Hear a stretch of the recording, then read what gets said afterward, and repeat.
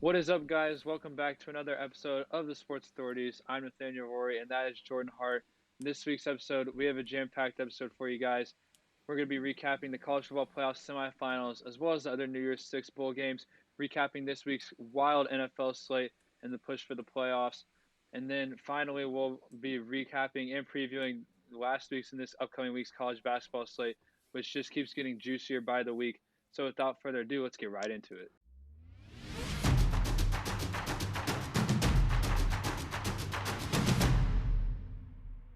And just a quick note before we start this episode, this week's going to be a little different. We got something special for you guys. We're going to just do a recap of the games this week, right now, in this episode, and then look forward to later on in the week, about Thursday, Friday-ish. We're going to have a preview of the playoff games for the weekend and the championship game. So be on the lookout for that. We're very excited to try something new, and I hope you guys enjoy this episode. All right, so of course we're starting with the biggest part of the weekend, the college football playoff semifinals. I mean, we've got some stuff to talk about here, Jordan. Mm-hmm. We had some good games. We'll save the more interesting game for last. Yep. We'll start with Alabama. They rout Notre Dame, seemingly make it look pretty easily. They win by 17 points. Bama Cruz's Devontae Smith, sorry, just continues to look like an absolute beast. Um, the late touchdown by Notre Dame covers for them. Yep. I guess that's a good look. They can say they covered. They're the only ACC team in the New Year's Six to cover, so That's true. they can hang their hat on that. But Alabama, their offense just continues to cruise. Their defense looks maybe the best it has all year, Yep. and they rout Notre Dame pretty easily. Jordan, what's your thoughts on this? I was very excited to see how Alabama played. I thought they actually decided to feel bad for Notre Dame in the second half and slowed down scoring. They only scored 10 in the second half. It was very slow at the end. It just looked like they were like, okay, we took this game. We'll take it easy. Mac Jones dropping 4 touchdowns, almost 300 yards. And Devontae Smith is my clear Heisman. I think it's almost obvious that he's Heisman at this point. He had 7 catches for 130 yards and 3 touchdowns, tying the single-season SEC record in touchdowns with Jamar Chase from last year at LSU. And this team's looking very impressive going into the championship game. The clear favorite from this game from the start to finish, and they didn't struggle. Notre Dame, Ian Book once again doesn't know how to come clutch in a good game. He's disappointing once again. He's never done it. But I will say this: Notre Dame has one thing going for them, and that is Kyron Williams, their running back. He looked very tough against this team, against Alabama last night or on Saturday. He was running like he cared, like he wanted to be there, or Friday, whichever the game day it was. Um, but yeah, he was running like he wanted to be there. He wanted to win that game for them. He was putting his head down and going right down the middle every time. I was very impressed with how he ran and very excited to see where he goes because he is only a sophomore. So I wouldn't be surprised to see his name pop up again here in the next year or two. Yeah, I mean, just Notre Dame in this game. I mean, listen, I think Notre Dame, if you're a Notre Dame fan, you couldn't have really expected them to be Alabama. No one in the 4 seed was going to be Alabama. The Yep. only teams in the country this year that would have a shot of beating Alabama is Ohio State and Clemson. And just whoever you put in the 4 seed, if it was A&M, we'll talk more about them in a minute, they weren't going to win. If it was Oklahoma, they weren't going to win either. I mean, it's just it's tough. This is why we've talked about it before. I'll mention it again briefly. This is why if you're college football, you have to expand the playoff, make this more competitively because this 1 versus 4 game it just wasn't close. It just wasn't close. We knew Alabama was going to win from the start. No one blinked an eye on that, and they just looked very well. Their defense, their best showing of the year.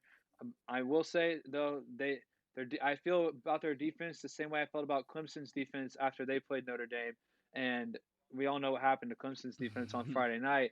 So maybe they're giving me a sense of false hope here, but it's Alabama. Alabama always has studs on Yep. defense. I feel like their defense is better than what we think it to be, and I do think Alabama has a solid defense. But yeah, I mean, Alabama just looks like they're playing so easy. I mean, like for them, Alabama's season started on Friday, and you look at that team after the game, and I mean, they didn't care. They fully expected to win Mm-hmm. that game. It was just another step in the road for them. I feel like this Alabama team more than teams past, although Alabama always has. But I feel like this Alabama team really just embraces, sort of a Nick Saban persona, Yep. right? Like they're just like they seem to just not care about anything except for winning the national Hmm. title. So they're like, great, we just won the Rose Bowl, but we don't care because we expected to win the Rose Bowl at last year when we didn't make the SEC championship game. Like that's like the mentality of this Alabama team is just like we expect to be here and we expect Exactly. to win the national title. So like this means nothing. Like it feels like you're watching 106 Nick Sabans take the sideline every single week Yep. because that's just like the mantra of this team.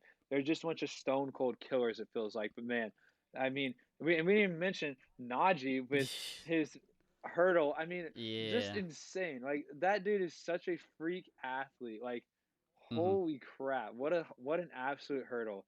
I mean, if you're Alabama, you just have to feel completely confident. I know we'll talk way more about the championship game, previewing that in the episode that's going to come out later this week. But I Yep. mean, man, it's got to be tough to bet on Alabama, bet against Alabama in the championship game because they just continued to roll. They look just fantastic. They look like a flawless football team right now. Yep, and I think the big thing about this team is, and you were talking about how this team is just different, almost different than almost any other Alabama team. Last year about this time, we were all talking about how LSU was probably the best offense we will ever see in college football, and we have ever seen. Hmm. And then a year later, here we are. This team looks almost as good, if not better. Like this offense is just clicking on every possession. Doesn't matter where they're at, who they're against. This offense is not slowing down, and it almost looks like they could take on anyone in this. Well, they can take on anyone in college, and it's almost looking like this team could slowly start taking on an NFL team.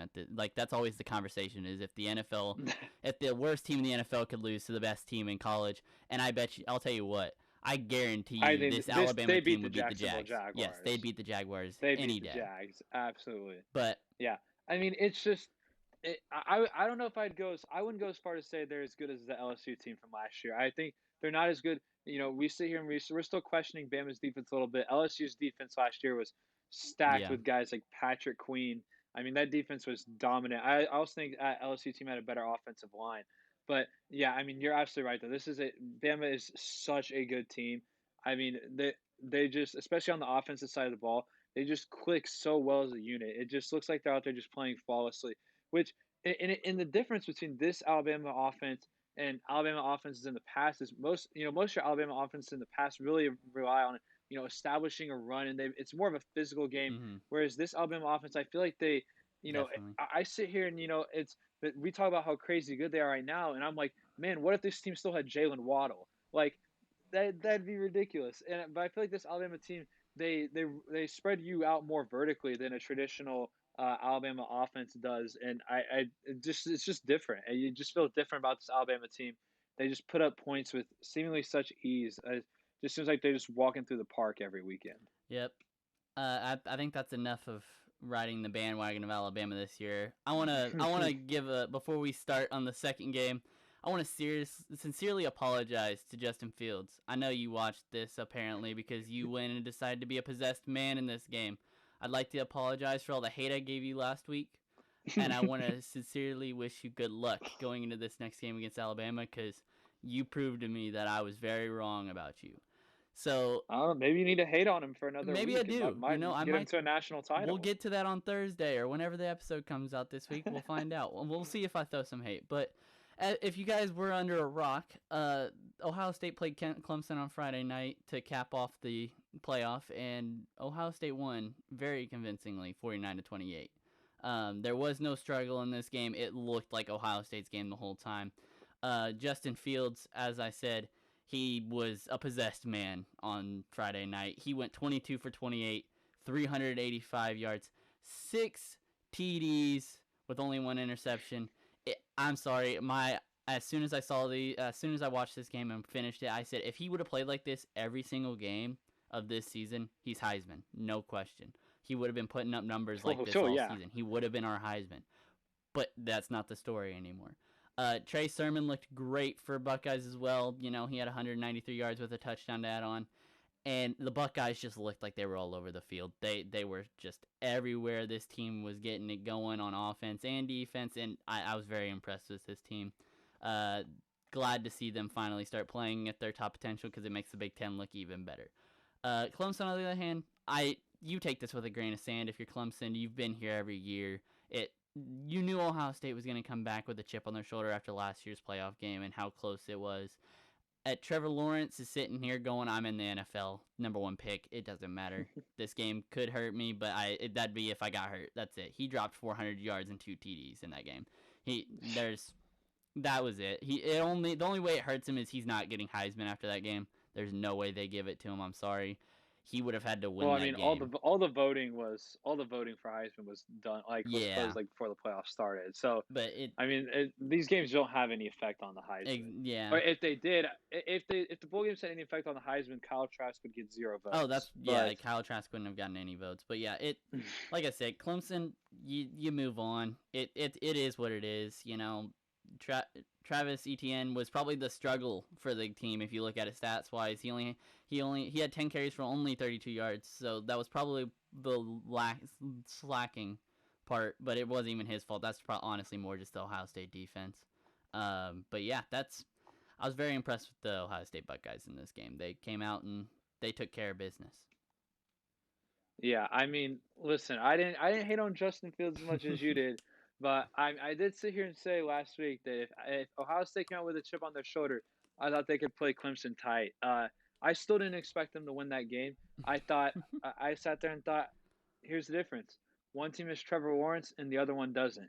And Justin Fields said, "You're right, but we have Justin Fields," and shut me up on that one because holy crap, this is far and away the best game of Justin Fields' career. Mm-hmm. I mean, who knows? The dude might have just played his way onto the New York Jets, which that would be a mistake if he did. But Yeah, but that's neither here nor there. Uh, I mean, I'm just sitting here. Listen, Ohio State. Let me just take a minute and say I have a bone to pick with you, Ohio State. I sat here before the Big Ten championship game while you were hating on Justin Fields, and I said, you know what? Listen, I think Ohio State goes into this game, and I think they name the score. I think they blow them out 49-10. They drop at least 5, probably 6, maybe 7 touchdowns. I think Ohio State handles it with these. And then and these dudes go in. They go to Indy against Northwestern. They only put up 21. Not very convincing. Everyone's like, well, maybe they shouldn't be in the playoffs. They only win 6 games. And I'm sitting here thinking, well, yeah, maybe I guess Ohio State's not that good. Maybe, like, I don't know, just maybe they're not that, yeah, they're still in the playoff, but, they probably won't beat Clemson mm-hmm. now. And boy, was I wrong. Ohio State, thanks for making me look like a dummy. I mean, you were the team that I thought you were before the Northwestern game.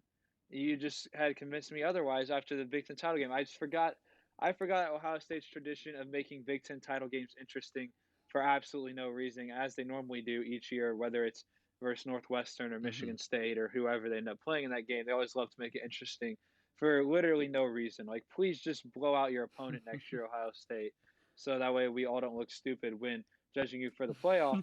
But I mean, yeah, I just can't say enough about Ohio State, and Ryan Day clearly had his guys coached up.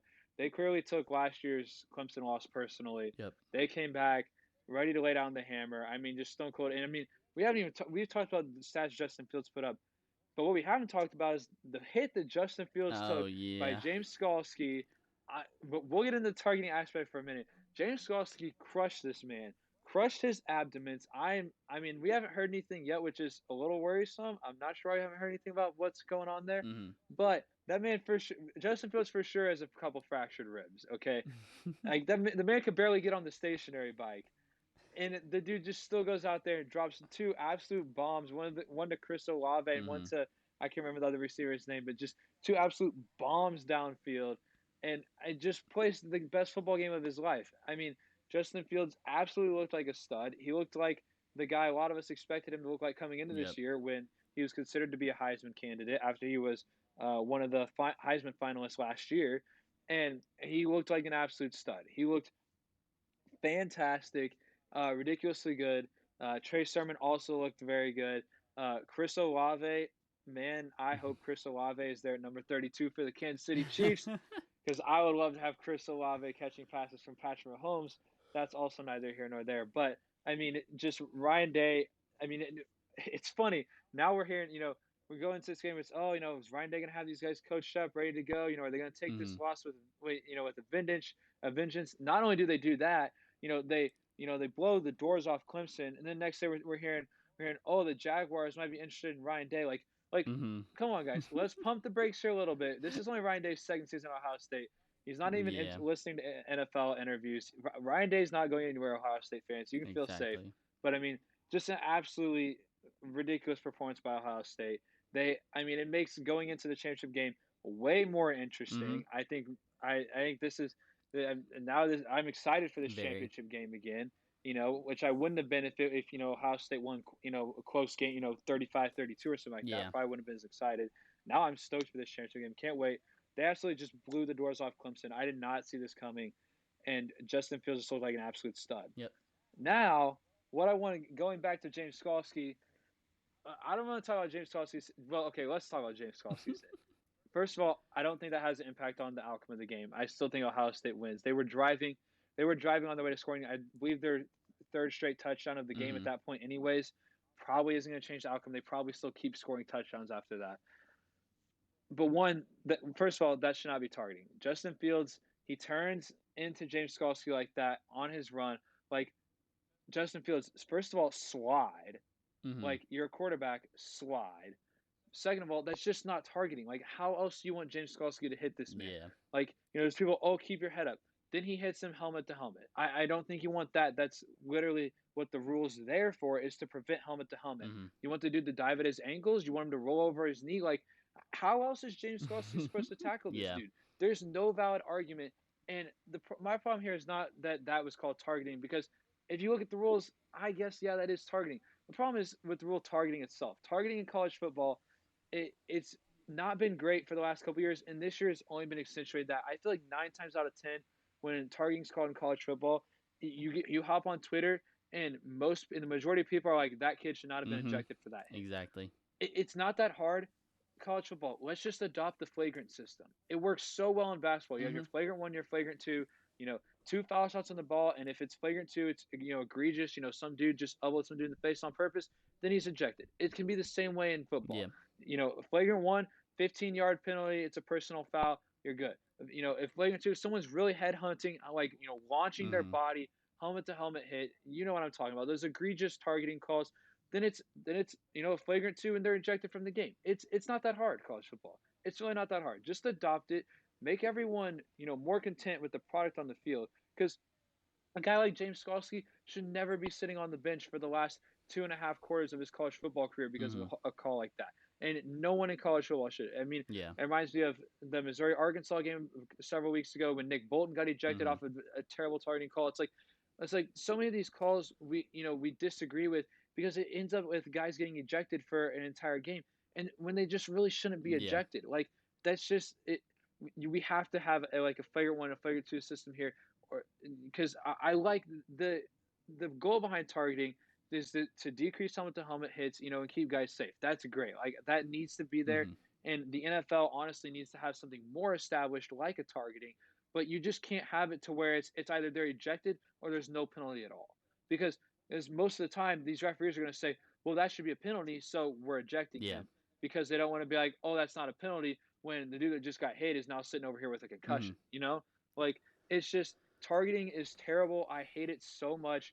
We have to adopt the flagrant system. It'll make it so much better and improve the product of this rule so much. Yeah, and I've never liked how they've started changing the rules over the years, because the game's getting soft. I'm sorry. This game is getting very soft. We're going to end up coming to the point where they can't even touch each other at this point, because they're not allowed to even hit each other. We saw it yesterday in the game.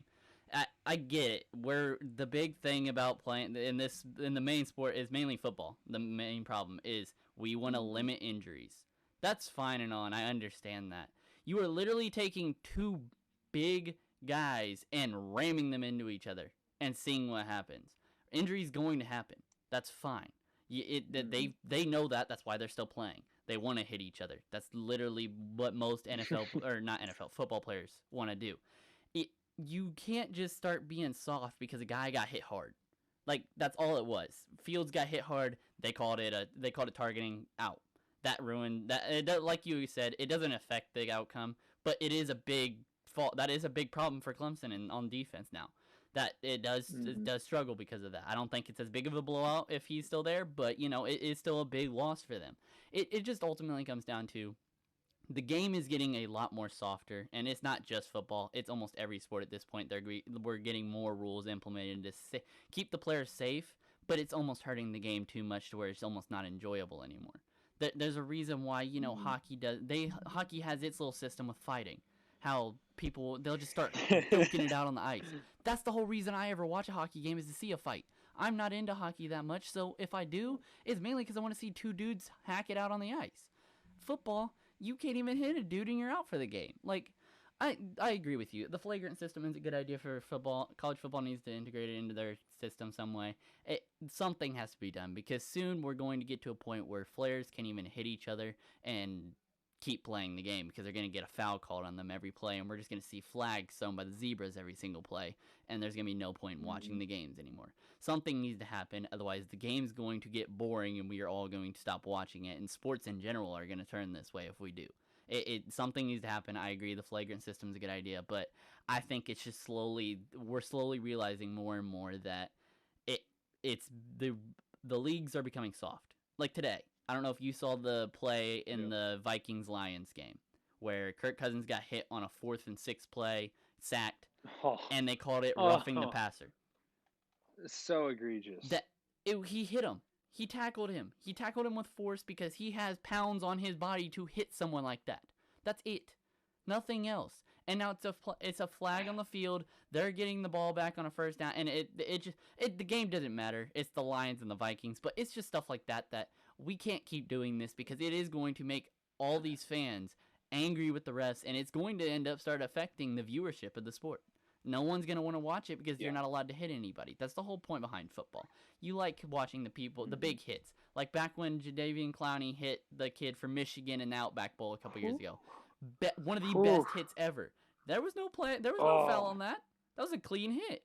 nope. We're here, in 2021, That's and called targeting in 2021. exactly, he's getting a targeting call. He's ejected, and he's probably getting arrested at this point because it's a hate crime at this point. It's But assault.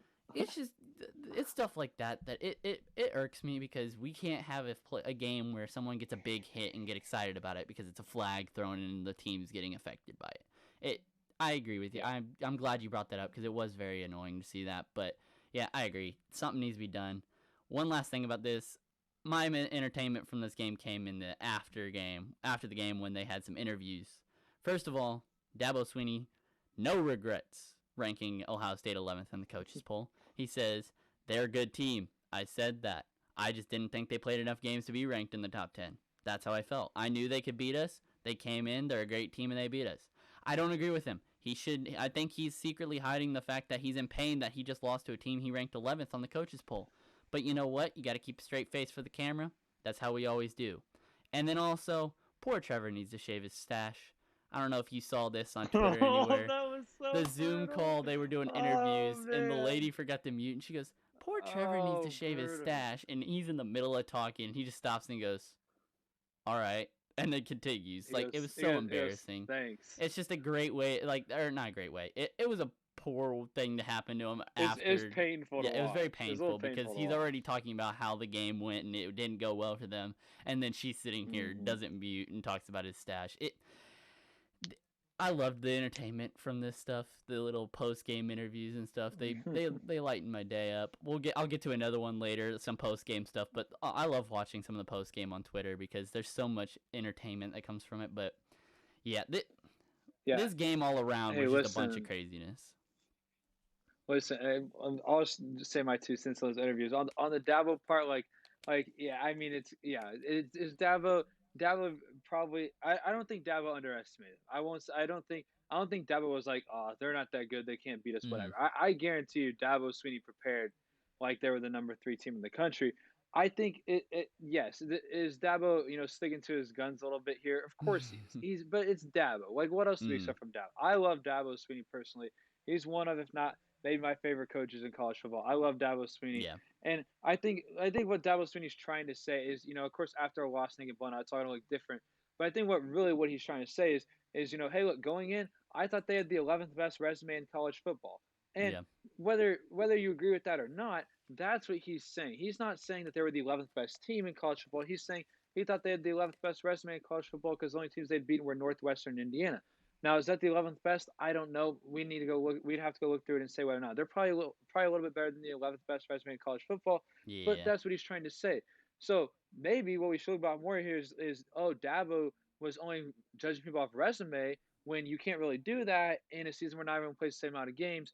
Whatever, it really doesn't matter. But it's fun to meme about. Mm-hmm. It's obviously so funny. And yeah, that is brutal. The reporter that didn't mute herself, that's tough. Of course, Trevor Lawrence, I also love Trevor Lawrence. I just love the way he carries Mm-hmm. himself and love him as a person. I think, of course, he just handles it with class. Just Yep. thanks, and then just Moves on. continues on. I mean, just brutal. The dude's just played, just lost for the second time in his entire college football career, and Mm-hmm. here we are. But it's just brutal stuff.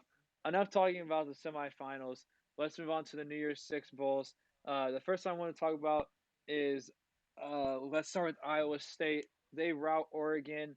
Uh, Honestly, pretty convincingly. The second half of that game, very boring. Only 2 field goals by Iowa State in the second half. Mm-hmm. Basically, everything happened in the first half.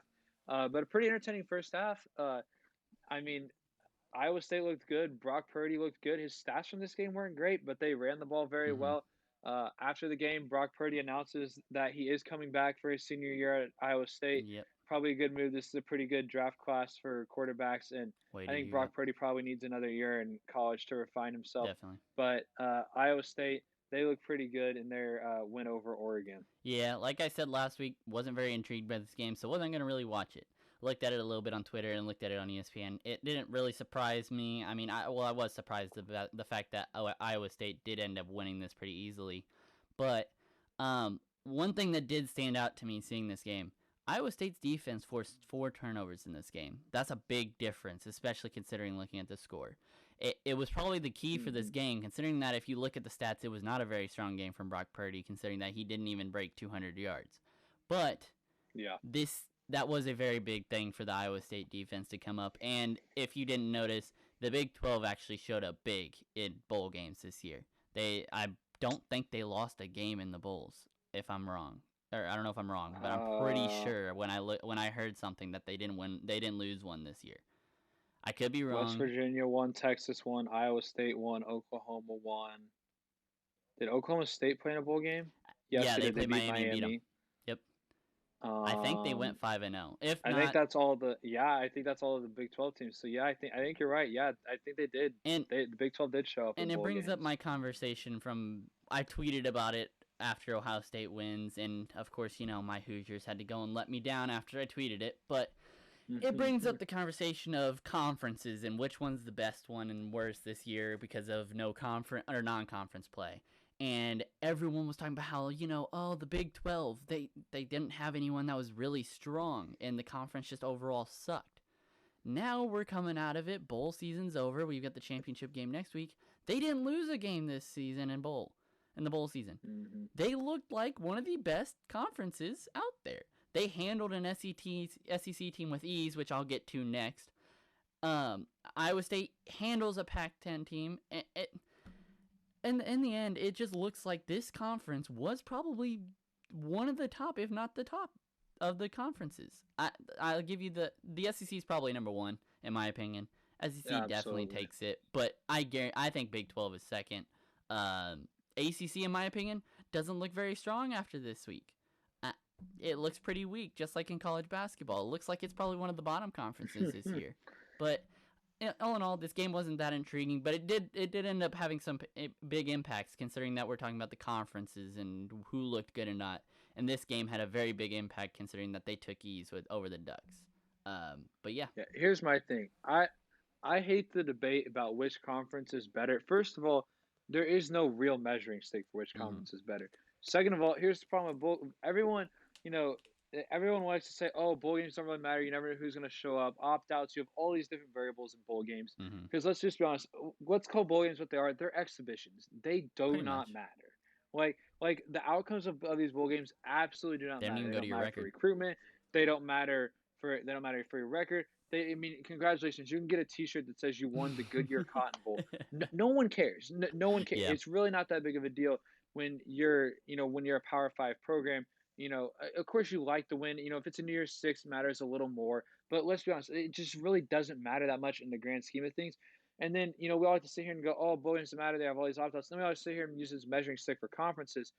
It just can't be a measuring stick for conferences. Mm-hmm. Like, let's be honest, there is no real good measuring stick for conferences right now. Like, because bowl games is all we have. The college football playoff, you can't even get a team from every conference in there, so you can't really use that as a measuring stick because your measuring stick by that is just based off what the playoff committee thinks, Yep. and we all don't like the playoff committee, the committee. So like here we are, we're just going in circles, like trying to Yeah. establish, what we think about conferences. Let's just be honest, it doesn't really matter that much. True. Like it doesn't really matter. It's kind of dumb to talk about because you have all these bulls, you have all these guys opting out, all Mm-hmm. these whatever. Especially this, then this year you have all these guys with COVID. Like Mm-hmm. it bowl games are just such a crapshoot, anyways. I think it's a little goofy that we try and use them as a measuring stick for conferences and who's the Yeah. best conference. Meanwhile, at the same time, talking about how bowl games don't really matter that much. Mm-hmm. I mean, it. I always go based off a conference because I like to talk about my conference in the Big Ten and hype them up. But it it is. You are right. It doesn't. It shouldn't be a measuring stick about it. But it's going to happen every year. It's a conversation every year amongst. You see it on ESPN all the Yep. time and all that. You just kind of go with it, and it just becomes it's a conversation topic at that point. You can argue whatever you want. No one really knows you right there. The next game I wanted to go to was it was one of the early ones, Oklahoma and Florida. This was one of the games we were thinking was going to be a very good one, and it turned out to be crap. Oklahoma wins 55-20 with ease. Kyle Trask looks awful in this game. 3 interceptions, doesn't even break 150 yards. Was not very impressed with him. Spencer Rattler, on the other hand, in this contest, very, very good. 247 yards, 3 touchdowns. The Sooners looking really strong. And earlier you were saying that the only teams you thought could beat Alabama were right now were Clemson and Ohio State. I want to argue Oklahoma. This team can drop points. They are one of the higher scoring offenses I think in the league right now, right behind Alabama, and I think that defense actually helps them. I think they could take them. I think they could take them toe to toe in a game. I would have liked to see Oklahoma pull. I would have rather seen Oklahoma in that game on Friday instead of Notre Dame. But we can't get what we want because it's the committee's decision and we all hate them. So overall, this game was very crap. Oklahoma took care of business very easily. I think this team's one of the best ones in the country at the end of the day. And Florida loses another game. The shoe just bad voodoo, my guy. Decleat, baby. I mean, yeah. Listen, if you're like Oklahoma, you could have like not lost. You could have not had two bad losses at the beginning of the year, and then we could have seen you in the Mm-hmm. playoff because like that team absolutely finished the year on a roll. They look fantastic. They will undoubtedly be a top four team in the country going into next year. Yep. Spencer Rattler looks like a stud. He's definitely coming to his own after his struggles earlier in the season. And but I mean, yeah, I think that the big storyline is here. You it feeds back into that. Oh, Big 12. SEC is not the big. I mean, listen, like if Florida has Kyle Pitts and Kadarius Toney and Jacob Copeland and I can't remember the other guy's name, but if they have those guys, this game is. I think this game probably does live up to the shootout we thought it Yeah. was going to be. I think it would have been a fantastic game, but you don't. And then Kyle Pitts is throwing to all these you know essentially, scout team guys that he hasn't thrown to all year. And I mean, he struggles. They don't look on the same page. Listen, here's my thing. I think if you're Kyle, some people are gonna say, oh, Kyle Pitts doesn't have his guys. It doesn't matter. Listen, I think this game exposed Kyle Pitts a lot. I think it exposed Kyle Pitts as a Trask. massive system QB. Like the problem is, I think this guy has just had such massive weapons around Mm-hmm. him last year and this year that it propelled him into this high quarterback up in the draft stock. But I think all you have to do is sit here and go look at the quarterback classes the last several years, and go look at how guys from your Power Fives and your schools that have had massive offensive weapons around them have fared against along with the guys who have come from the smaller schools who haven't had insane offense weapons around them, and look what they've done. Mm-hmm. Go look at Justin Herbert, what he's done this year versus what Tua Tagovailoa has done this year. Justin Herbert didn't have near the weapons at Oregon that Tua had at Alabama, and Herbert succeeded way more than Tua has. Now, I mean, you can go back into their tangibles even more, but I mean, just from the standpoint of guys in college, you can, and within the last decade, guys in college who didn't have as the amount of offense weapons around them versus the guys that did have seemingly fared way better. And go look at your Patrick Mahomes. Patrick Mahomes didn't have a ton of 5-star running backs and wide receivers around him at Texas Mm-hmm. Tech. And here he is. And look at the guys who was in that class of. You go look at the class with Sam Darnold, Josh Allen, Josh Rosen, Lamar, and Baker. Yeah. The guy out of that class who's been the best is Josh Allen. Mm-hmm. He went to the lowest profile school. He went to Wyoming. The rest of these guys were all sitting at Power 5 schools Yeah. with Baker at OU, Sam Darnold at USC, Rosen at UCLA, and Lamar at Louisville. All those guys are, at Power 5 schools, had Heisman talk at some point. Then you have Mm-hmm. Josh Allen just up here at Wyoming, and it's like, oh, he has a big arm, and the dude can throw the football, and he's been the best quarterback in the NFL so far. So I think that doesn't translate. I think Kyle Trask got exposed a lot in this game as a system quarterback. Yeah. We'll talk about more of this close to the draft and what we think about these Mm-hmm. quarterback draft classes because it's so interesting. You have your 2 or 3 guys out of your your smaller schools and then your guys out of your bigger schools and who fits where. That'll be a great thing to talk about more then. I don't really want to get into it too much now, but I think Yeah. Kyle Trask really got exposed in this game as a system quarterback. Yep. I can agree there. That's about it on that game. I want to get to the best game outside of the playoff games. Cincinnati and Georgia was a great game down in Georgia, and it was really close. I thought Cincinnati was going to pull it off. I did at one point start thinking Cincinnati was going to do it, but Georgia ends up winning a dogfight, 24-21. Georgia, I'm going to have to take my comments back from last week. Georgia did not impress me in this game. They had a lot of struggles at the beginning of the game. They turned it up a little in the second half, but I mean they won by 3 over Cincinnati, which don't get me wrong, Cincinnati is deserving of their rank and should be higher. That team is amazing. That was the best game I've seen like by far from a Group 5 team against a Power 5. I was very impressed with it. I don't even care about the UCF days back when they played.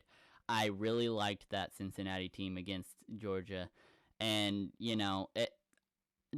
Desmond Ridder, the quarterback for Cincy, there were so many times I watched him put his head down and start running with the ball because he had to get out.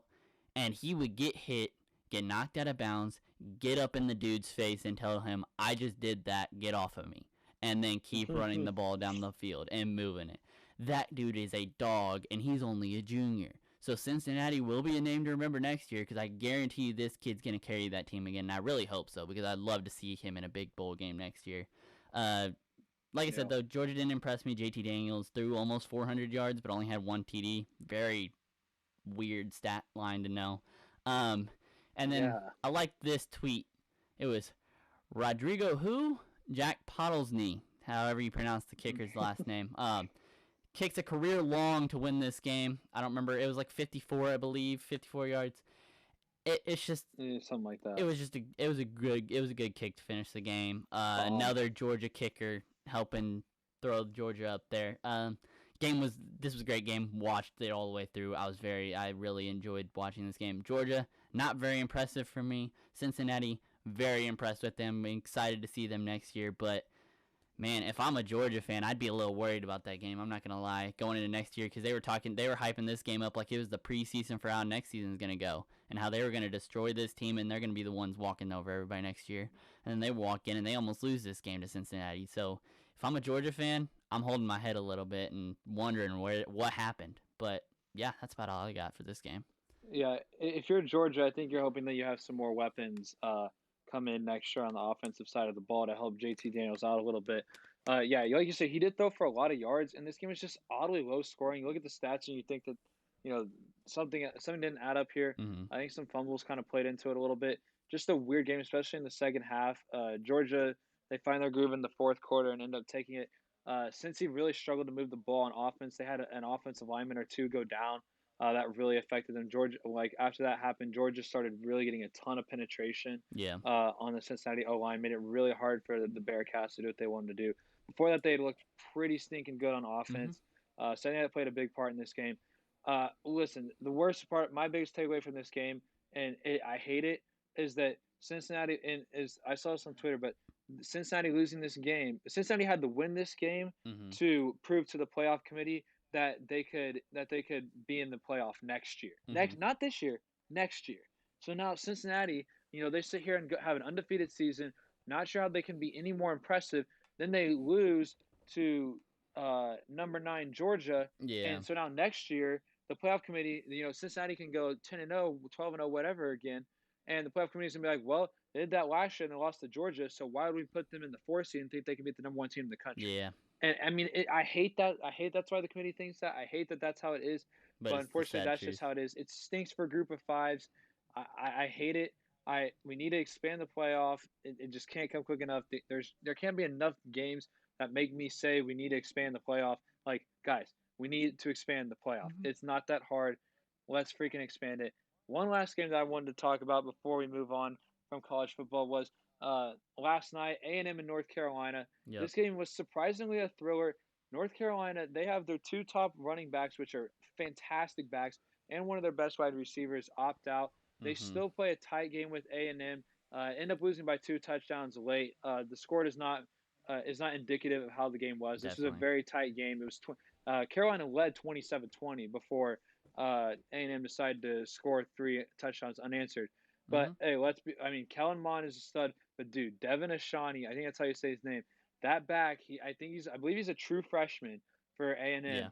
That dude's gonna be a stud. Mm-hmm. That dude looks really stinking good.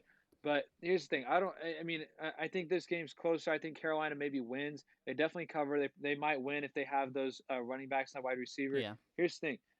North Carolina is going to be in the ACC championship game next year.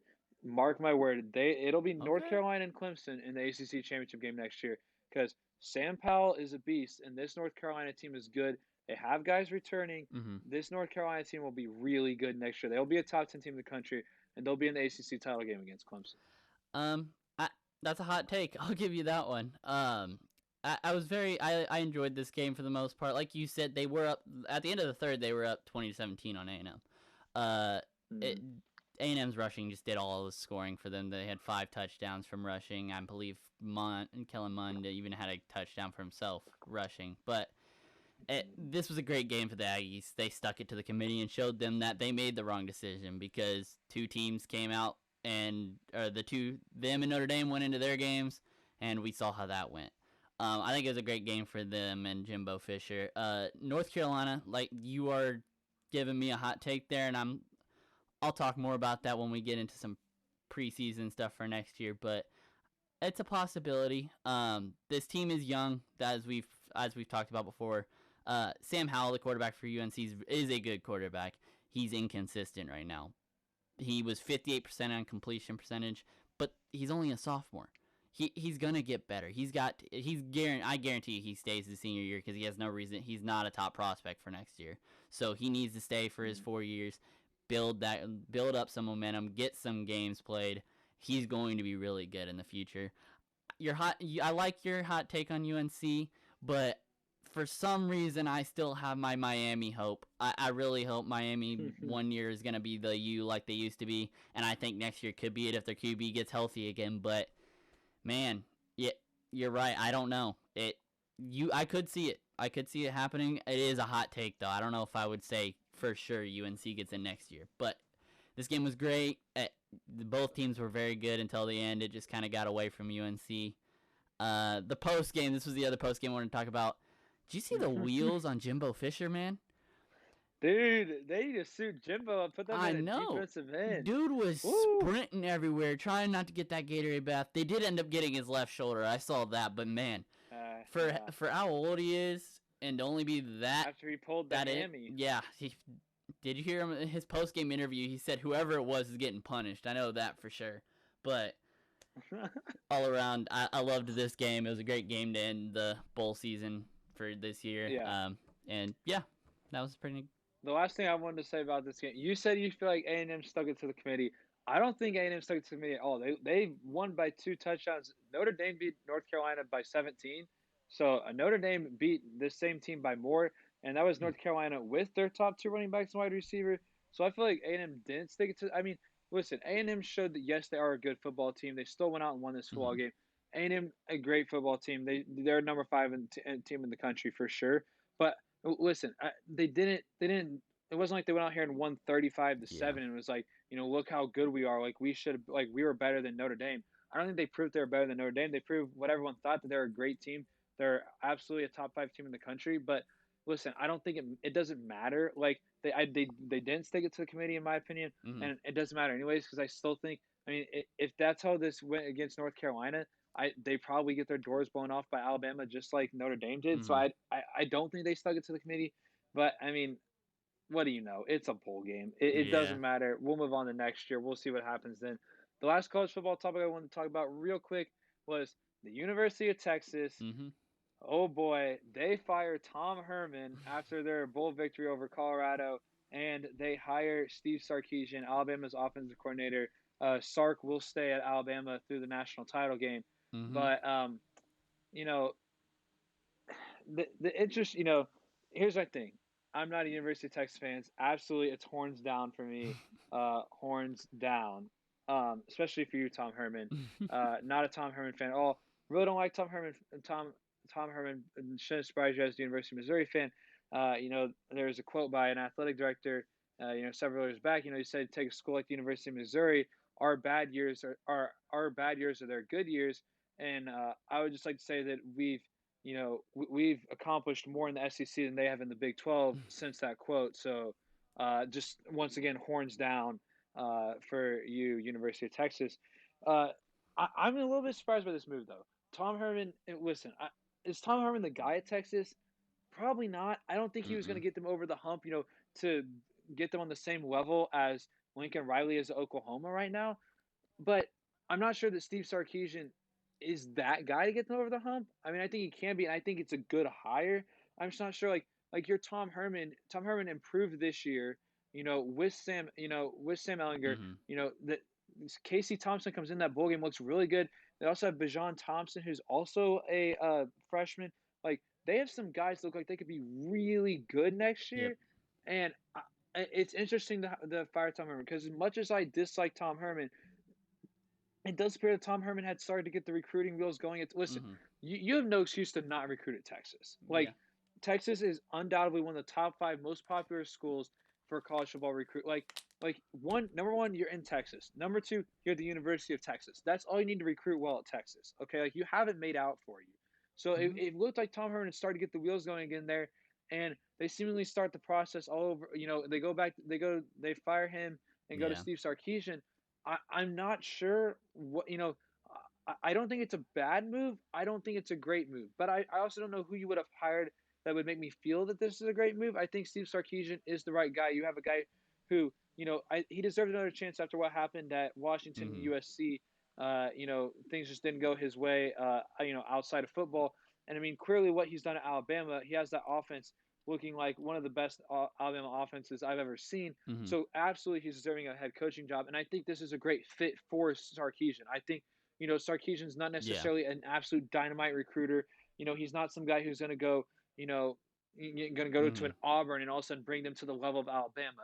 I don't know that he's that type of guy, but I do think he's the type of guy that can go to Texas and bring them back and bring Texas back, as everyone likes to say, because as we all know, Texas is still not back. Sorry about that, Sam Ellinger, but it's interesting, right? I mean, Sarkisian. I'm interested to see what he does. Clearly what he's done at Alabama with that offense is so schematically is very interesting to me, and I think what he has tools. As long as guys like Casey Thompson and Bijan Robinson, as long as those guys stay, Mm-hmm. I think he has some tools to work with here at Texas, and he can recruit. You're also at Texas, so you have no excuse to not Yep. recruit. I think Sarkisian is, if you were going to move on from Tom Herman, that's the right guy to move on Mm-hmm. to. I'm not sure how this is going to play out for Texas, but it's always in forever horns down for me. Yeah, it was very interesting to see this happening and watch it on the timeline on Twitter. In the back of my head was the Sam Ellinger clip of him saying "We're back." The whole time listening to all this go down.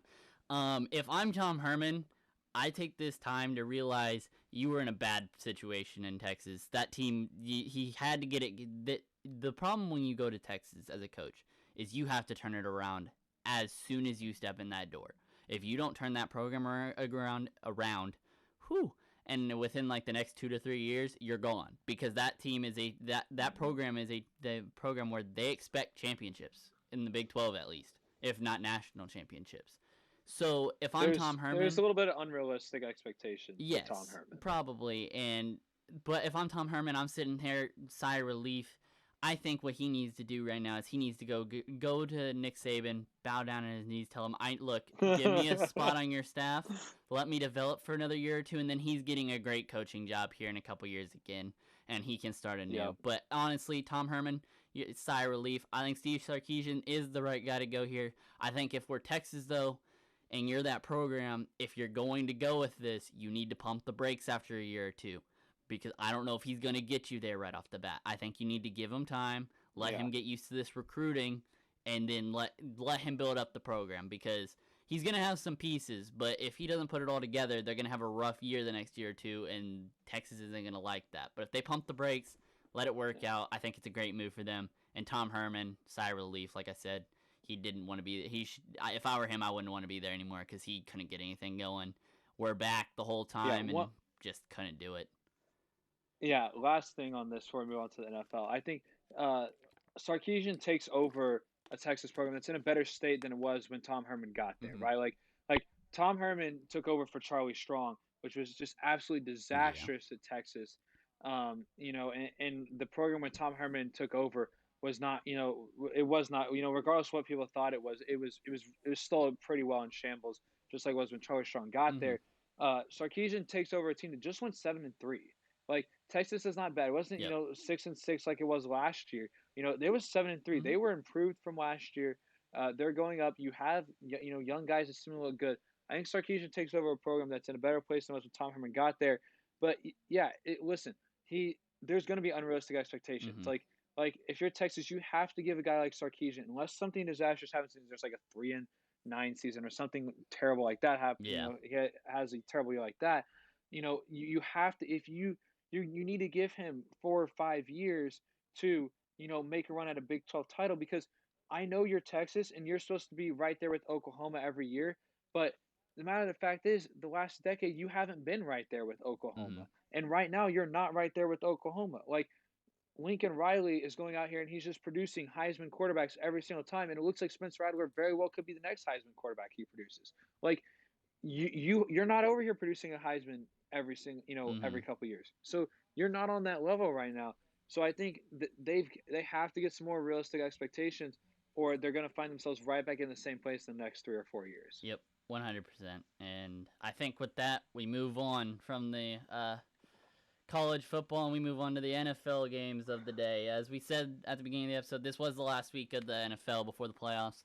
Very interesting. The playoff, this could have gone very many ways today. There's a lot of teams still, or spots in the playoffs still up for grabs.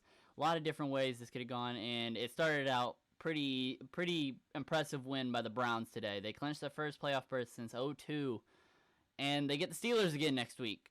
We'll talk about that more later. But they beat the Steelers today to get the spot in the playoff to get the same game next week. I think it's all just a joke for the Browns that this is how their season's gonna, or this their first playoff berth in a long time is gonna go. But I'm interested to see how it goes. The Browns, although they weren't too convincing today, I think it will be a great game to watch next week. But yeah, I really like the Browns getting it finally for once. I'm not gonna lie. Hmm. Yeah, I love to see. My grandpa's a Browns fan. I love to see the Browns back to make the playoffs. Um, and I like to see Baker in the playoffs. I think the Browns are a fun team to watch. Mm-hmm. They listen. They didn't put any confidence in. We'll talk more about this and Friday's episode, but they definitely put confidence in me to go around and beat that Steelers team. That's going to add Big Ben back Yeah. next week. They didn't put confidence in me that that's going to happen. But I mean, listen, if you're the Browns, you can't even be thinking about next week. Like you made it over the hump. You've made the playoffs for the Yeah. first time since 2002, and that's, I mean, it's great. Yesterday wasn't convincing. It wasn't what you would probably like to see from your team playing against Mason Rudolph. But I mean, look, you're back in the playoffs. That's all you could have ever asked for as a Browns fan. Like you just won 11 games Yeah. in a season. Like you as a Browns fan, that's, you have to be completely content with that. Mm-hmm. But yeah, they make the playoffs for the first time since '02. We'll talk more about their rematch with the Steelers next week Yep. in our episode later this week. Uh, my next game was the Bills. They crushed the Dolphins, absolutely just destroyed them, and they clinched the 2 seed. That also eliminates the Dolphins from the playoffs. There was no Ryan Fitzmagic to save the Dolphins this Hmm. week because he got COVID. Very unfortunate. Uh, It'll be interesting to see what happens with him if he returns to the Dolphins next year or if it is to his team. I have a mhm. feeling it'll probably be to his team. We'll see. That's a topic for a later date. The Bills, man, they just look like they're absolutely rolling.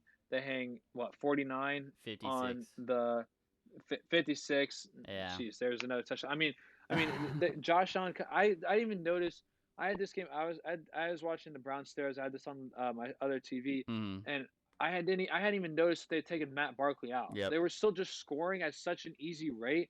I didn't even notice Matt Barkley was in the game for Josh Allen. Mhm. They just absolutely rolled today as an offense. They're undoubtedly the second best team in the AFC. They looked good today. Yep. It's very painful to talk about this because as you said, my Dolphins did end up getting punched out of the playoffs with this game. Now it was decided based off of later games, but we'll get to those later. I will stick to what I was saying earlier. I think the Bills are very strong, and I think going into this playoffs, they're my favorite right now in the AFC still. I really like how they're playing. Granted, it was the Dolphins, but the Dolphins had a very good defense this year. They were very impressive on defense, and the Bills came out here and showed them, yeah, you don't matter to us. You suck still. So I think the Bills, in my opinion, hot take for you, because as you are a Chiefs fan, I think the Bills right now are an AFC favorite for me. Looked very good today. Impressed. I'm waiting to see what they do in the playoffs. Hopefully, they don't ruin my spiel and lose next week, but who knows? It's the NFL. But yeah, this game was hurtful to see when I saw the score this morning, but you know what? Hey, It happens. I mean, here's the thing. Here's the thing is the Chiefs. I want to expand a little bit more on your take real quick Mm-hmm. here. Here's the thing as a Chiefs fan. It, what we're starting to see with the Bills. It for me it's a little bit of deja vu of what we had last year with the Ravens. Mm-hmm. Now, given the Ravens, they did finish the season as the number one seed. They had Lamar Jackson who was playing. Had a season we'd never seen before. We'd never seen a guy play like that and put up those sorts of numbers. And Yeah. it was all the Ravens. That's the team that's going to prevent the Chiefs from getting back to the Super Bowl, or to getting to the Super Bowl rather. It's the Ravens. They're their kryptonite. Meanwhile, the Chiefs had beaten the Ravens in the regular season. So as Chiefs fans, we're sitting there, we're Mm-hmm. like, yeah, okay, but like we already beat this team, and it's a little bit the same thing again this year. Sitting here as a Chiefs fan, I'm like, man, like we just finished. Like, okay, yeah, we lost today. We played scrubs I've never heard of. Yeah. Like, like yeah. So I'll say we finished season 14. And we finished season 14 too. Whatever. We lose one real Mm-hmm. game on the year, and we've looked dominant. We went to Buffalo. We beat the Bills pretty. I don't want to say pretty easily, but I mean like it wasn't that game was never really in doubt. Yeah. We traveled to Buffalo. That game was never really in doubt. And I mean, the Bills have gotten better, but so has Patrick Mahomes and the Chiefs. Mm-hmm. We've gone. I mean, we've played one of the toughest schedules in the NFL. Like we're absolutely the favorites in the AFC. And as a Chiefs fan, you know, eh, I don't necessarily want to play the Bills. I'm not like Mm-hmm. I can't wait to play the Buffalo Bills, but I don't know that I'm necessarily over here shaking in my boots over the Buffalo Bills after we've already beat them pretty handily. I know this will. I'm sure this will be something we talk about Yeah. way more if these two teams meet up and with the playoffs. But as a Chiefs fan, I'm definitely not shaking my boots over here about the Bills. They look good. Definitely the second best team in the AFC. But I just have to hardcore disagree with you there on your take as them the best team in the AFC. But we'll talk about that more Yep. later. The next game, the Giants they eliminate the Cowboys from the playoffs. Um, I mean, hey, look, the Giants their playoff hopes are still alive. The game was absolutely terrible. Mm-hmm. I didn't watch but maybe 3 minutes of it, and I'm glad that's all I watched because wow, that just looked absolutely painful to watch. Here's the thing: the Eagles are beating the Washington Yep. football team 14-10 right now, meant in 20 before halftime. I have it up on my If screen right if now. that score holds and the Eagles win, the Giants are making the playoffs. We Yep. might be talking about them more in next week's episode. I mean, listen, I'm over here. I'm rooting for Alex Smith, but hey, if you're the Giants, your playoff hopes are still alive. Mm-hmm. You beat a terrible Cowboys team. You're not a good team yourself, and you're hoping that another not so good team loses to a bad team. So Yeah. I mean, that's welcome to the NFC East. I saw again say the Chiefs play the NFC East next year. Glad to know that I can already count for 4 wins for the Chiefs next year because this division is just god awful. But yeah, the Giants eliminate them boys. we'll see what happens with Dak and Zeke and all that. Mm-hmm. Cowboys are going to be an interesting team to look at this offseason. That'll be more to talk about there. But yeah, the Giants do eliminate the Cowboys from the playoffs, and they are watching their TVs tentatively right now. Yes, they are. I was very happy because I can never stand the Cowboys. They always make me mad. So I was really excited to see the Giants pull this off and win it. Daniel Jones, I want to see him in the playoff. I really want him in there. But then again, I also wouldn't mind Alex Danny Smith being back too. Dimes. So honestly, once again, it's NFC. Like, I don't care. I really don't. Like, this team, whoever comes out of this is losing first round. I'm sorry, they're not winning. And if they do, it will be one of the biggest Cinderella stories ever, like the Titans last year. So, I, I'm not too intrigued by whoever wins this game right now that's on my TV, and I'm not too worried about which one gets to the playoffs because, in my opinion, they're done after this week. It don't really, or after next week, so it doesn't matter. But yeah, like we said, NFC East, who cares? They all suck. The next game I want to get into was the Packers and Bears played today. This had big implications for both teams. Packers, with a win, get the home field advantage, and the Bears, if they win, secure an easy playoff spot for them. And the Packers end up taking this one. Packers get the home field advantage. Bears ended up having to sit back for a second and shaking their boots for a little bit because the Rams and Cardinals had to finish to decide their fate. Um, and like I said, I never liked the Bears because I used to be a Colts fan. I used to be a big Colts fan, and they always got on my nerves. But man, I don't know. The Bears don't look that impressive to me going into the playoffs. They struggled a little bit to get today against the Packers, but they still get in, as we saw with the Cardinals losing to the Rams in a very poor game. That conference or that division as well is not impressing me. I think it's the NFC South with the Seahawks and the 49ers as well. But yeah, the West, I believe. West, the West. West, yep. Yeah, it. Once again, these two games, yes, they were playoff implications, but I've been very disappointed with the NFC this year. It hasn't been very strong for me. AFC is clearly the top of the NFL right now, and if you're looking at it, I think it's hard to find a team in the NFC that you could say is better than anyone in the AFC. You obviously can't, considering that the Chiefs and the Bills are 1 and 2 in the NFL. But your only argument is the Packers. Yeah, and even then they haven't looked the greatest. Like early on in this game today, the Packers were losing at. Was it at? No, it was in Chicago, but still, they were losing. Chicago. They were losing. It wasn't a game that I thought they should struggle with, but I mean, it's the Bears. It's a division rivalry. It could go either way, so I can understand that. But the Packers, even then, I still don't think you could put them over the Chiefs and the Bills with how they're playing right now. I just don't. But yeah, that's how I feel about those two games. But yeah, I think the Packers might be a little bit better than you're giving them credit for. But yeah, I still definitely would not put them over the Chiefs, and I'd have to think about it for the Bills. But I mean, it really doesn't matter to be honest right now. But yeah, the Rams and Cardinals. I didn't watch that game. You had backup quarterbacks playing for playoff spots, which is just. I mean, what else do we expect this year right now in the NFL? That's what we're getting. A terrible, ugly game. It stinks. I think Arizona is a team. They're young and they are good. Like that team, fully healthy with Kyler Murray next year, is a team that's going to be a lot better and one to watch. Yeah. But yeah, they do lose with their backup quarterback to the Rams, and the Bears get in on that.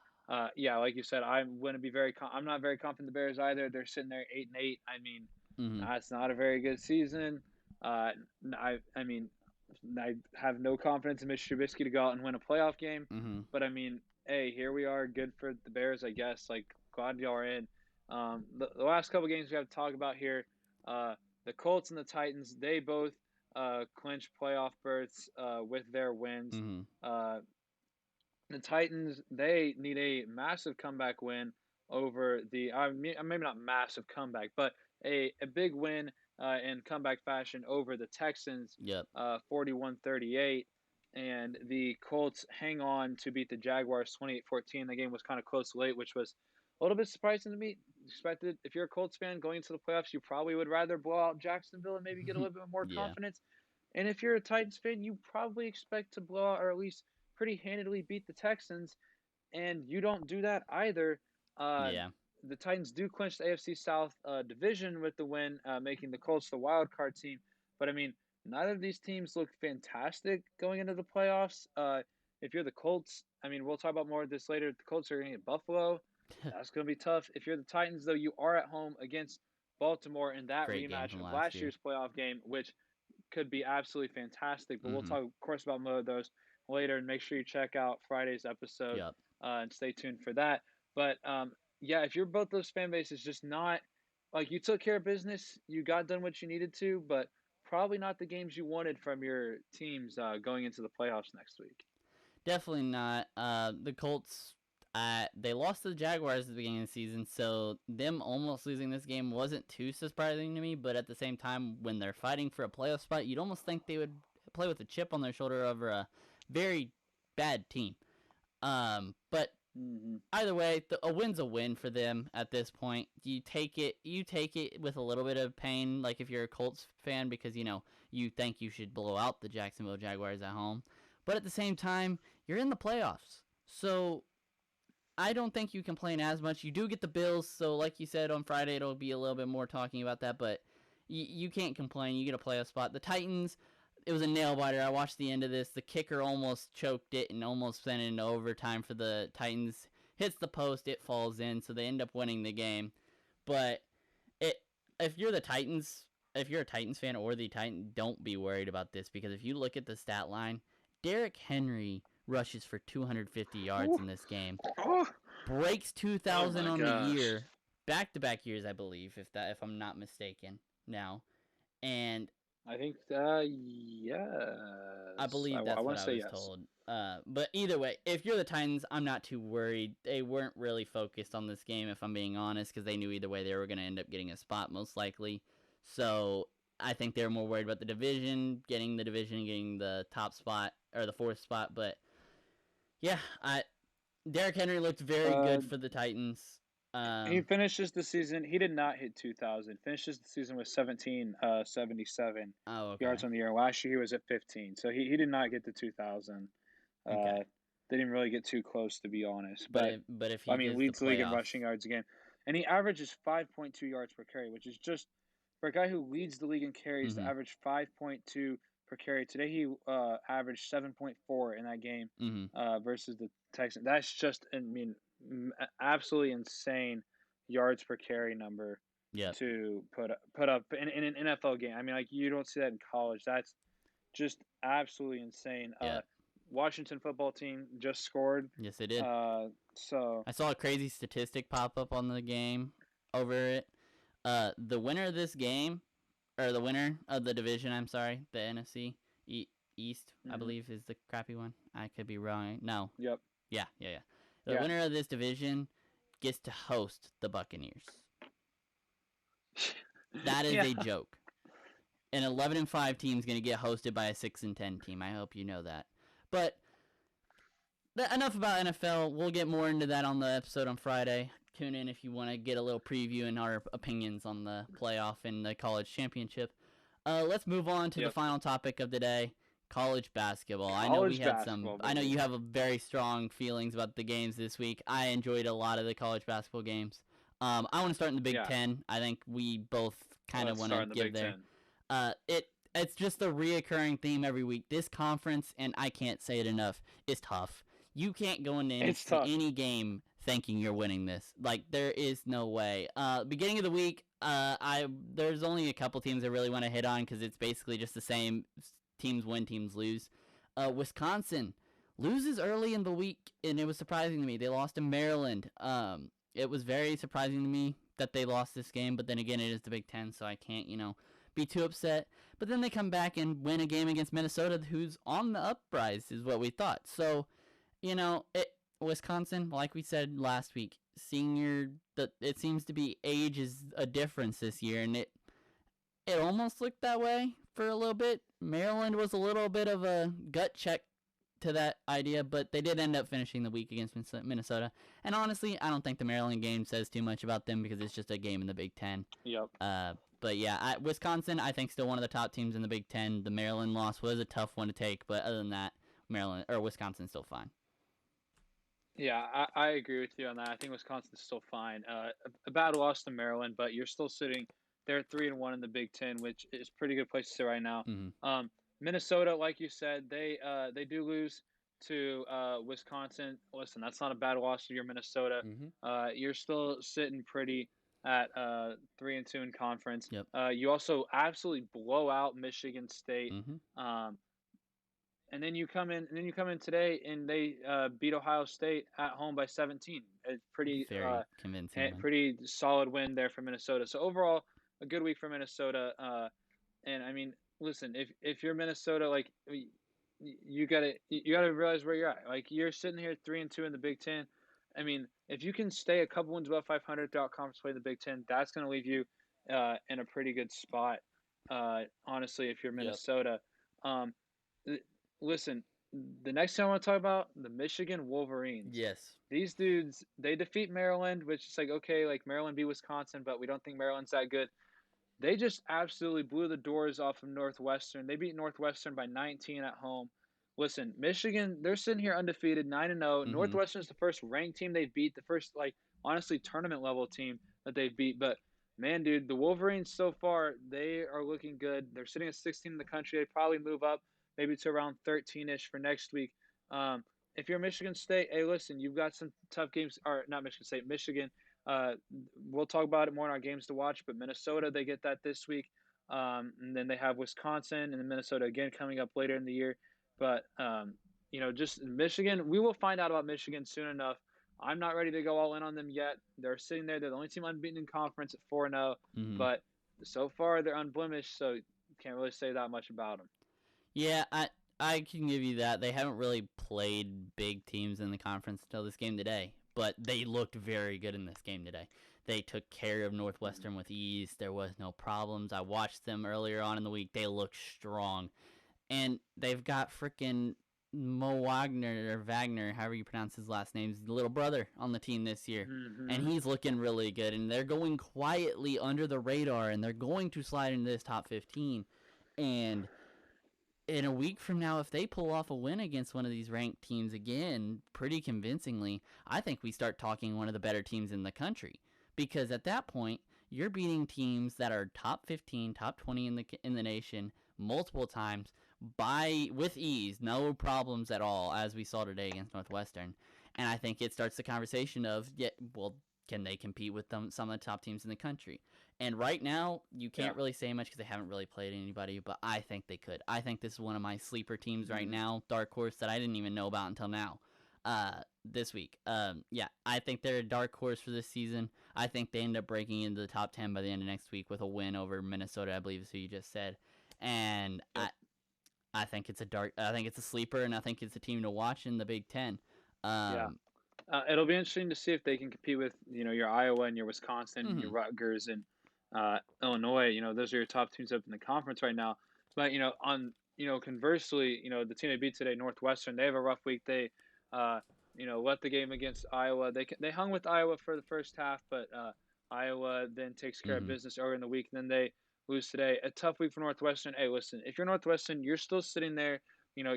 You might not be ranked next week. You might. It'll be interesting to see how that pans out. mm-hmm. But here's the thing: if you're Northwestern, the schedule doesn't get any easier for you. We'll talk about a couple of these in our. And we'll talk about one of these games in our game to watch. Yep. But they host Illinois on Thursday, and then next week they are at Ohio State. Then they host Iowa Mm-hmm. again. Then they have to go on the road to Penn State, which won't be easy, and then they go on the road to Wisconsin and home against Rutgers. Uh, which gives them 5 of their next 6 games are against ranked opponents, and the Yep. other one is on the road against Penn State. I mean, they could very easily go 0-6 in those 6 games, and then all of a sudden, they're sitting here in the conference at 3-8. Like Yeah. that's just how tough the Big Ten is. It absolutely does not get easier for the Northwestern Bearcats Mm-hmm. or Wildcats. Sorry, that's tough for them. But the last team in the Big Ten that I wanted to talk about is the Iowa Hawkeyes. They have their tough loss a week ago Mm-hmm. um, to at Minnesota in overtime, and they lost 2 of their last 3 after losing to Gonzaga. Um, in my opinion, they completely reestablished themselves as the odds-on favorite to win the Big Ten at this point. Mm-hmm. They beat Northwestern, sorry, at home. and then they go on the road yesterday and beat Rutgers in an absolutely thrilling game. Jordan Bohannon is back. Jordan Bohannon looks like pre hip surgery Jordan Bohannon, who can just knock down shots from at any given time. Keegan Murray, the freshman, emerged yesterday. He looks like a stud. I mean, this team just like they just have so many guys that can just take over a game and score for them. Whether Mm-hmm. it's Luka Garza, obviously, who's the best player in the country, or Jordan Bohannon, who's a senior, or Wisekamp, or Frederick, or McCaffrey, or now Keegan Murray. Like this team just has so many Yep. guys that can just take over a game and score if they need to. That I don't see how Iowa isn't the favorite in the Big Ten right now. In my opinion, they are with these two big wins this week in the Big Ten. Yeah, and I think when it's all said and done, Iowa will be number one in the Big Ten. They seem to be probably one of the best teams, if not the best. It's gonna be just interesting to see because as we've established, this Big Ten is tough. You can go into any game and be projected to win by 20 and lose by 20, or vice versa, and stuff like that. It Iowa does seem like it should be one of the best teams because of all the different pieces they have on the team. But I can't even for sure tell you that because we could say that, and then 2 weeks from now we're talking about them being at the bottom of the Big Ten because they've lost the past couple of games. Mm-hmm. So ultimately, I Yep. do like what you say. And before we move on for the Big Ten, I just want to point out, I just want to re-emphasize how tough this Big Ten is. I showed you this earlier on through text. Mm-hmm. I put up the IU schedule because even though they're not the strongest team in the Big Ten, they do play in the Big Ten. They play 4 games within the next 2 weeks of, mediocre. One game at Wisconsin, that's their only real competition, but then it's Maryland, Nebraska, and Purdue. And then they have 12 straight games of top 25 ranked opponents. That is not okay. That is the worst thing you could ever look at. And over half of these games are away. So if you're in the Big Ten, I don't think there's a single team in that Big Ten that isn't scared right now because of the upcoming games they have. Because I guarantee you, if you go look at any Big Ten team in this league or in this conference, all their schedules look like that, and all of Yep. them are sitting there looking at it, sweating a little bit, going, "We have to do that." But once again, that's all I'm going to say about the Big Ten because once again, it looks like a conference that's the best. But yeah, that's about it on the Big Ten. I want to move on second to the Big 12. In my opinion, the second best conference in the nation at this point. Mm-hmm. My babies, as for right now, Texas Longhorns, baby. I talked about them last week. I told you they were going to be a really strong Mm-hmm. team this year, very You high, did. hot team, and they were going to be a competitor, if not the best in the Big 12. They walk into that field house against Kansas and walk all over them. 84-59 was not a problem that whole time. They were still trying to run that score up at the end. I saw it at the end. They were trying to go for it and get some more points. It was Mm-hmm. their only game this week because they had some very it didn't matter game against like Texas Pine or Yeah, something you like that. canceled. It got canceled, but Yeah. this one game really big for them. I guarantee you they get fifth at least in the nation, if not higher, after beating number 3 in the nation. I Kansas, think they might jump to number 3. I think they could. I bet they could. I think Villanova might slide just because they didn't end up playing this week, so they could get the third, Mm, and then they put them fourth. But overall, sure. this was a great win for Texas in this very strong Big 12 conference. They are proving to be one of the better teams in this conference. And I think right now, I personally think they're the best because we'll get to it here in a second. But Baylor hasn't played anybody. They've played one game in the conference against Iowa State. Iowa State's not good. So Baylor hasn't proven to me Yeah. that they can beat anybody in their conference. Texas They has, but did beat Illinois. they Baylor beat did beat Illinois, but that's Illinois. not in their conference. I'm talking conference play. They Okay, haven't proven to okay, me okay, that they okay. can beat anybody in the Big 12. Yeah. And I personally think the Big 12 is a lot stronger than that's coming on. No, get me wrong. A week from now, Baylor could easily be a conversation of they're the best team, no doubt. But as of right now, with the way it stands and who they've played, I think Texas is the better team just because they've played a tougher team in their conference. They've pulled off impressive wins all year already. They've had blowout wins too. Like this isn't their first time blowing out a Mm-hmm. team this year. So this is a great game for them. Texas pulls it out, a big one that they needed to just show the nation that they're here to play this year, and I love it. Yeah. Yeah. Hey, listen. Here's the thing. Like, if you're Texas, that this is the biggest loss for Kansas at Fog Allen under Bill Self. The previous biggest loss for Kansas at home under Bill Self, 12 points. Oh, 12 points was their biggest loss at home under Bill Self, and Texas goes in there, beats them by twice that. Um, Listen, Texas doesn't win that game by 25 in a regular year with fans. Definitely not. But I've said it before and I'll say it again. There's no fans this year. You can go win in Fog Allen. Texas proved that they actually just destroy Kansas. This game was very close at halftime. The big difference was massive shooting half for Texas in the second half. They seemingly caught fire, couldn't miss. Kansas was the complete opposite. They really struggled to shoot. Last week we talked about how they dominated West Virginia, and they did that because shooting almost 50% from three and above 50% from the field, and how they just shot so lights out.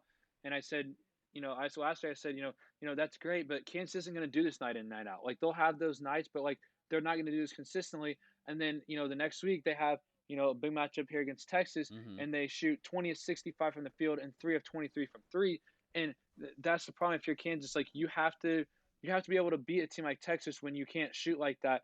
And they're kind of struggling to. We saw them beat a team like Texas Tech when they struggled to shoot like this. But maybe that's the difference between your Texas Tech and Texas is, Texas Tech just completely took advantage of that and ran with it. Courtney Ramey, young guy, just a sophomore for Texas. He drops 18. He looks really good. I think if you're Kansas, my other big takeaway, other than your shooting struggles, is David McCormick. That team plays so much better when David McCormick plays well. When David McCormick plays well, it just unlocks their offense. They knock down shots way better at a much higher percentage. When David McCormick struggles like he did on Saturday, their offense just seems so stagnant, and they just seem to be so lost on offense, like they were on Saturday, and that just was not a good look for them. But hey, listen, the Big 12. Our theme for the Big 12 this week was upsets, and that wasn't the only one we got. OU, they upset West Virginia. But if you're West Virginia, here's the bigger thing: like, you were down by 18 points in that game at halftime. Yeah. And you came back and tied that game in the second half at 1 point and only lost by a few. Like, if you're West Virginia, obviously you don't want to lose to Oklahoma, but like, this is not a terrible game to hang your hat on. I think Oklahoma is a really tough team in the Big 12. Yep. Same. And if you're West Virginia, Oscar Tshiebwe also just stepped away from the team earlier this year, which exactly. all we've heard is personal reasons. I'm really interested to see what else comes out there. Maybe he's just working for the draft. Maybe there's something going on that no one knows about. But that's a massive loss regardless for West Virginia. Oscar Tshiebwe stepping away from the team, and they lose their next game like that to OU. That's tough. But I think it proved to me, I saw that they were down 18.5, and I was like, oh man, like, maybe West Virginia is really going to struggle the rest of the year without Tshiebwe. They come back like that. West Virginia, they're going to be okay. They're not as good without Tshiebwe, but they still are a very tough team and one of the better teams in this tough Big 12. Yeah, and like you said, they're going to come back. And I think the biggest thing is they're going to have another opponent this week that's going to be really good.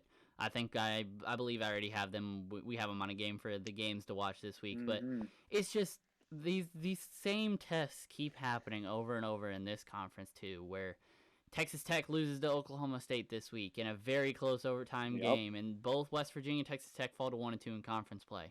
That doesn't write them off. They are both very good teams that at the end of the season are going to be top contenders. I guarantee you that. There's nothing to hang your hats on about these games early on in a very weird season. And like you said, Oklahoma this is another team that's very impressive. They're looking good this week, and they get another chance to prove themselves. And this is where Baylor gets their chance to prove themselves in the Big 12 as a team that like they're going to control the Big 12. They play each other this week, Baylor, Oklahoma. Yep. We'll get to that later in the games of the week. But overall, the Big 12 is very strong. I've got a sleeper team in TCU. They are second in the Big 12 right now, and they are very impressive this year. And I have them in 2 games this week. But it's interesting to look at. They're a good team. It comes down again and again to what these conferences are just. You don't want to play in them because there's so many different teams day in and day out that with this weird season and no fans and all that, anyone could win on any given night in this conference too. Well, granted, there's a couple teams that couldn't. Iowa State, I don't think they're I think they struggle bad this year. They haven't looked good yet, and I don't think they will. They're having a down year for sure. Yes, but then right in front of them is West Virginia and Texas Tech. Like, those two teams are going to win games this year. They just have gotten unlucky. They both had to play Kansas early and both lost to a team that looked good. And then now you got, they've lost to an Oklahoma team, either Oklahoma or Oklahoma State, but there's nothing to hang your head on. you got games coming up in a week or two that are gonna change that around if you just go out and win them. So ultimately, any one of those Big 12 could beat each other except for Iowa State, and it's just a reoccurring theme of another conference being tough. That's all I Yeah. really got on the Big 12. The only other two that I Yeah. think are a major problem to talk about right now is SEC's next. We had a big game this week that you and I both had, Tennessee and Minnesota, or not Hmm. Minnesota, Missouri. Um, Mizzou, baby. I don't think you very much enjoyed this. The Vols took care by 20 over No, Minnesota or Missouri, and it. listen. Here's the thing. Like, yeah, I think here's the thing about that. The SEC is sneakingly. It is a deeper conference. I think a lot of people look at. They look at it right now. There's only three ranked teams with Tennessee, uh, Mizzou, Mm, and who's our other SEC ranked team? There's one other team in there. is there? Uh, Tennessee. I know. I guess it is. It is just Tennessee and Mizzou. Um, but it's listen. A lot of teams a lot of the SEC just played weak non-conference schedules. I don't know what it was with the SEC this year. Just a lot of weak non-cons. Obviously, Kentucky, their struggles. That's another team. Florida would have expected to be ranked right now. They've had some games canceled, and then with the Keontae Johnson stuff, that's Mm-hmm. hurt them and their resume. The SEC is tougher than what it is, than what it looks like. At just first glance, but yeah, Tennessee. Weird week for Tennessee. Yeah. They start the week off. Their biggest test of the year. They go on the road to Mizzou, blow Mizzou out. Look like an absolute Final Four And team. then. Mizzou looks like absolute hot garbage. Mm-hmm. Can't make a shot. They just struggle all night. Tennessee just seems to have everything go their way. It looks super easy. And then they turn around on Saturday and they lose at home to an Alabama team who is one of the better teams and tougher teams in the SEC. But like You they don't lose shouldn't that game. be. At your Tennessee, you can't be losing that Mm-hmm. game at home. So I think that after Wednesday's game, I'm sitting here thinking, man, Tennessee, they might be a legit Final Four team. And then they turn around and lose to Alabama. I think it's just a bad conference loss for them. I think they'll rebound. I think they'll be fine. I still think they're the favorite in the SEC. Just a weird week. And then you also look at Mizzou. They had that terrible, loss to Tennessee. Then they go on the road to Arkansas, which was arguably the more important game if you're Mizzou Yeah. this week. It's a game that, it's Bud Walton is such a hard place to win Mm-hmm. down there in Fayetteville. And Mizzou goes in there, wins by 13, looks pretty dominant in the second half. Jeremiah Tillman has the best game of his career with 25 and 11. Mm-hmm. Xavier Pinson adds 23. But the crazy stuff in this game, the University of Arkansas, who was 9-0 going into this game, undefeated, that they're one of the better teams in the conference. They look good. Uh, Love their head coach Eric Mm-hmm. Musselman. I think he's a fantastic coach. Came from Nevada. Um, they go 8 of 31 on layups and had no Jeez. dunks in this game, and they forced 21 turnovers. You forced 21 turnovers in a And game, but lose. you lose by 13 because you go 8 of 31 on layups and no dunks. That is just absolutely mind blowing Mm-hmm. for a team like Arkansas that's so good, and to do that at home, I think that's like Missouri's defense is just like Conzo Martin. I love Conzo Martin so much. I love Mizzou's defense. Like they just absolutely suffocated Arkansas Mm-hmm. in this game. A truly impressive performance. The SEC is intriguing. I think it's going to be more intriguing as the season goes on. We're going to see how deep and a lot more talented teams in the SEC. But listen, just a couple more college basketball things I want to hit on before we get to our games to watch because we need to wrap this up. But Houston, they lose to Tulsa. Listen, I think Houston's still a top 10 team. It's a mishap. It's a bad game. Like they're not like they weren't going to go undefeated. Mm-hmm. Most teams don't go undefeated. They'll still be around the top 10. I think they're still the odd way clear cut favorite in the AAC. Yeah, I they think bounced Houston will be back and fine. beat SMU today by Bounce 14. back and beat SMU today. The ACC just continues to be such a boring conference, along with the Pac-12. I have Clemson. nothing to talk about the Pac-12. Oregon Clemson's the is only winning, and team that's in the about it. ACC. That's all we care about. Yeah. In the ACC, Clemson defeats Florida State. I think Clemson's good. I think they're one of the better teams in the ACC. They're supposed to have two ranked matchups with Duke, Florida Mm-hmm. State, and Virginia Tech on Saturday. Both those get canceled, so we have really nothing to talk about with the Yeah. ACC. And with that, I think we should go ahead and move on to our games to watch this week Mm-hmm. as we wrap this podcast up. First one, I think the only real game to watch on Monday, West Virginia at Oklahoma State.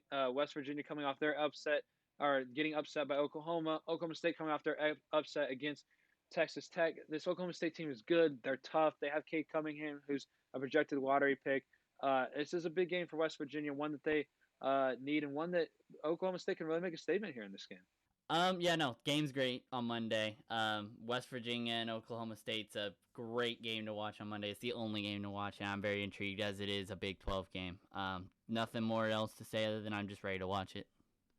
Okay, so my next game to the watch this week on Tuesday, Rutgers, they go to Michigan State. Michigan State is reeling. They finally beat Nebraska to get a win in the Big Ten, but they've lost 3 of their last 4. They're a struggling team. Rutgers, they lose to Iowa. How do they bounce back at Michigan State? And once again, just another tough Big Ten game. Yep, that is basically just a Big Ten game. It's not much more you can say other than it's two big top teams in the Big Ten to play each other. Wednesday, you got Minnesota and Michigan at Michigan. It's another one of those Big Ten games that it's just a really good one to watch. I'm very intrigued at both of those games as they are Big Ten games early in the week. Yeah, we talked about the Minnesota-Michigan game earlier. That's Michigan's first big test. We'll see how legit they are again this week. To me, on Wednesday, you have maybe the most intriguing game of the week. Oklahoma at Baylor in the Big 12. This is Baylor's the first time they've played. Oklahoma's going to be ranked this week, I'm sure. The first ranked team Baylor's played since Illinois. They're at home. I think they should handle business, but we'll see what they do. It is Big 12 play. And a tough conference game for Baylor this week. Yep, I agree. Like I was saying earlier, Baylor hasn't played a tough conference opponent yet, so this will be a great test for them. It is at home, so I expect them to pull it off. But once again, this will be their first test past the Illinois game in a long time, so it'll be interesting to see if they can pull it off. And then my first SEC game of this week to watch is Arkansas at Tennessee, also on Wednesday. Interesting to see. At first I thought this game's not that interesting, but you have Arkansas here at 9-1. Tennessee at 8-1. Both teams coming off of losses in which they looked honestly pretty bad. So I'm interested to see how both teams bounce back. Arkansas has to go at Tennessee. Tennessee should take care of business in this game, but interesting to see how both teams bounce back. Yep, very excited to see both teams coming off a very tough loss at the end of the week. See how they can come in and bounce back. Thursday, we only got one game, Illinois Northwestern. Saturday, we've got LSU, Mizzou, Oklahoma, and Kansas. Texas, West Virginia, Ohio State and Rutgers, Tennessee and Texas A&M. Tennessee and A&M. Minnesota and Iowa. And Minnesota and Iowa. These games, it's reoccurring every week. I think it's going to be the same teams, same couple of conferences. It's just going to be who's playing each other in the Big 10, Big 12, SEC this year. You can't really pay attention much else. There might be a game or two from the ACC, Pac-10 or whatever, all that stuff. It just comes down to these are going to be the main games. There's a couple more that I had that I want to pay attention to. You got Kansas at TCU, I think, and Baylor at TCU this week. Those are two great games for TCU to come out. Most likely both top 10 this week. Gonna get big wins if they can pull them off, and we'll project them up into the rankings. Florida State and Syracuse play this week. Virginia Tech and Louisville. Those are my two ACC games. These two games could make the ACC look a lot stronger if they play out to be really good games, or they could really hurt them. It just really depends on how it goes. Don't know if you've got any opinions on those games, but that's how I'm feeling about those. I think you're right with the ACC. I think it'll just be interesting to see. I think my big takeaway from my games to watch is there's a couple teams that we see appear twice here. Oklahoma being one of them, coming out their big win against West Virginia, with games at Baylor and at Kansas. I mean, there you are. That's the top two teams in the Big 12 right now. You have to travel on the road to both those teams.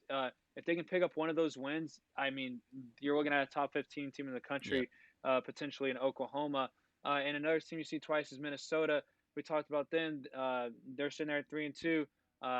Big contest this week at Michigan and at Iowa. Tough games to go on the road. You mentioned TCU, so I just rounded off with Oklahoma, Minnesota, and TCU teams to watch this week in their conferences. See if they can how they are able to bolster their resumes. If they can, games that will matter a lot when it comes to March, and we're talking about who's getting in and out of the tournament. Yep, and my last game, I'm still riding the Houston train, even though they lost earlier this week. They've got one game this week. Wichita State, another big game in their conference. This AAC conference is still really good. I know it's a quiet one because they're not a Power 5, but it is a very good conference to pay attention to, especially considering that you've got Houston in it. But yeah, this is another game that I want to pay attention to. Like you said, TCU, Oklahoma, Minnesota, big games this week, big teams to watch. Kansas and Baylor both have 2 contests this week against 2 teams that are surprisingly good. So it'll be interesting to see if they can come back out Mm-hmm. and prove to be a powerhouse, or if these smaller teams like Oklahoma and TCU can come in and prove their worth. But other than that, I think that's all we got for today for you guys. I don't know about if Yep. you got anything else about college basketball, but I think that's it. Yep. That's gonna be it. I think it's gonna wrap it up for us. Make sure you guys go ahead and like and subscribe, and please give us the feedback. We'd love it. Yep. Uh, share with your friend that likes sports. Share with your family. Share with your Mm-hmm. grandma. Share with your grandma's dogs. Your grandma's dog's best friend. Share with all of them. I'm sure they'd love to watch it, and we'd love for you guys to tune in. Like we said, expect another episode Friday, previewing the NFL playoff slate for this weekend Yep. and previewing the college football national title game. That'll be coming your way on Friday, so be on the lookout for that. Thank you guys for listening. Make sure to do all that stuff, and we'll see you guys next week. Thank you guys. Peace.